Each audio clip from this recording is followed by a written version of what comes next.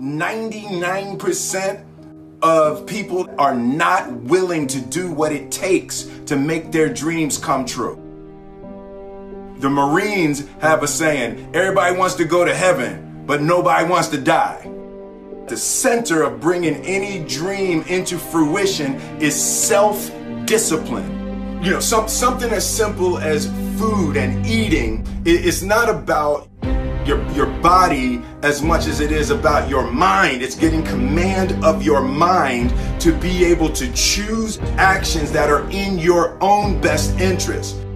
Every day we are choosing that's not in our own best interest.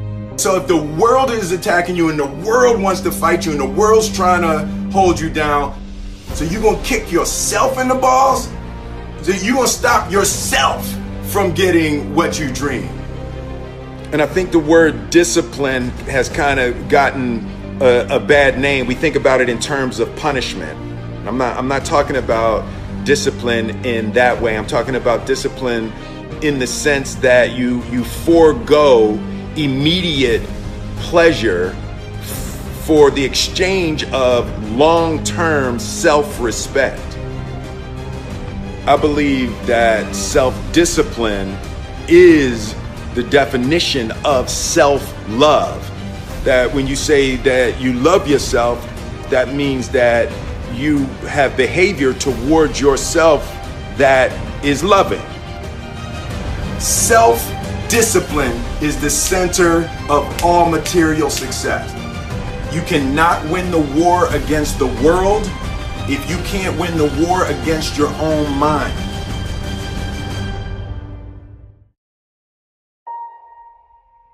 Self-love is when you say to yourself, oh man, look, I know you and that girl got a real connection. I know y'all vibe, but that's your girl's cousin. So I love you too much to let you do that. It's like you say to yourself, hey man, look, I know you want to eat that pizza and it'll be really good, you know, but I can't let you eat that, man, because if you eat that pizza, you're going to feel like shit, you know, and I love you too much to let you eat that. Self-love is, hey, look, I know you got a test on Monday, you know, and I know you really want to go out with your friends. It's Saturday night, you want to go out, but if you fail that test, you're not going to feel good about yourself. You know, I love you too much to let you go out tonight. Self-discipline is self-love. If you want to be happy, you have to love yourself, which means you have to discipline your behavior. The road to sustained happiness is through disciplining your behavior. We tend to base our self-esteem on what other people think.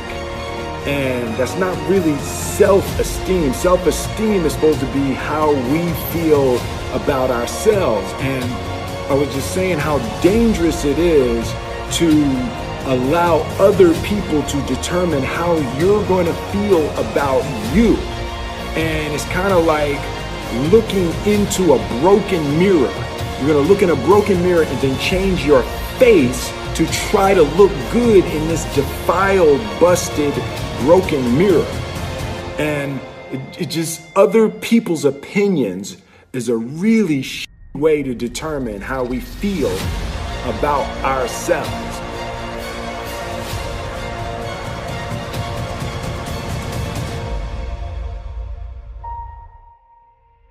It don't matter whose fault it is that something is broken if it's your responsibility to fix it. For example, it's not somebody's fault if their father was an abusive alcoholic, but it's for damn sure their responsibility to figure out how they're going to deal with those traumas and try to make a life out of it. It's not your fault if your partner cheated and ruined your marriage, but it is for damn sure your responsibility to figure out how to take that pain and how to overcome that and build a happy life for yourself.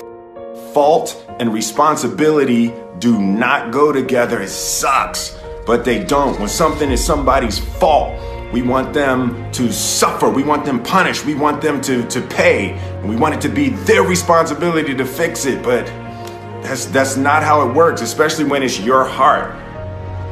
Your heart, your life, your happiness is your responsibility and your responsibility alone.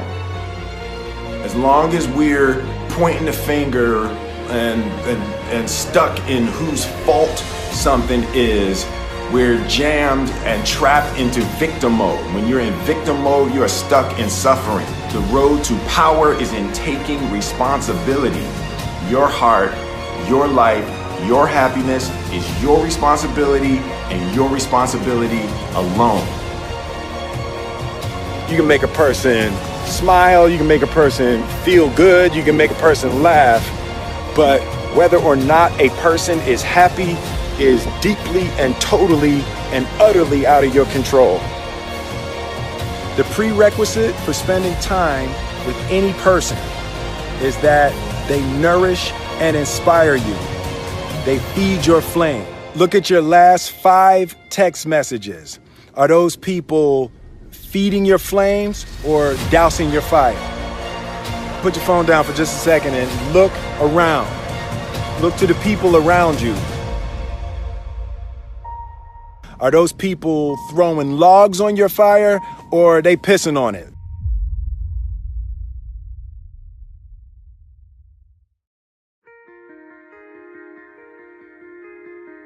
I want my life, I want my work, my family, I want it to mean something. And it's like, if you are not making someone else's life better, then you're wasting your time.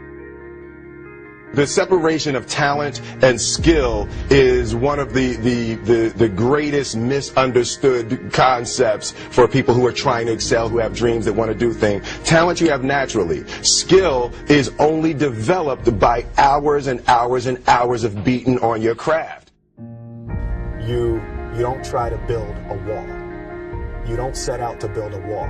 You don't say, I'm going to build the biggest, baddest, greatest wall that's ever been built. You don't start there. You say, I'm going to lay this brick as perfectly as a brick can be laid. There will not be one brick on the face of the earth that's going to be laid better than this brick that I'm going to lay in this next 10 minutes. And you do that every single day. And soon you have a wall. And soon you have a wall. And I think psychologically, the advantage that gives me over a lot of people that I have been in competition with in different situations is it's difficult to take the first step when you look how big the task is.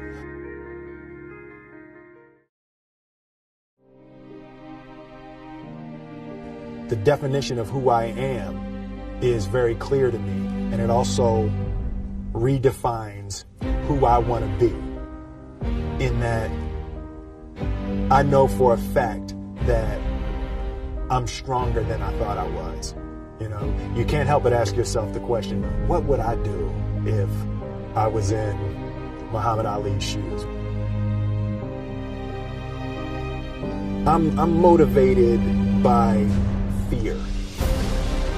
I hate being scared to do something. And I think what developed in my early days was the attitude that I started attacking things that I was scared of. Why were you scared in your bed the night before? What do you need that fear for? Just don't go. Why are you scared in your bed 16 hours before you jump? Why are you scared in the car? Why could you not enjoy breakfast? Fear is fear of what? You're nowhere even near the airplane. Everything up to the stepping out, there's actually no reason to be scared. It only just ruins your day. You don't have to jump. And then in that moment, all of a sudden, where you should be terrified is the most blissful experience of your life. And God placed the best things in life on the other side of terror.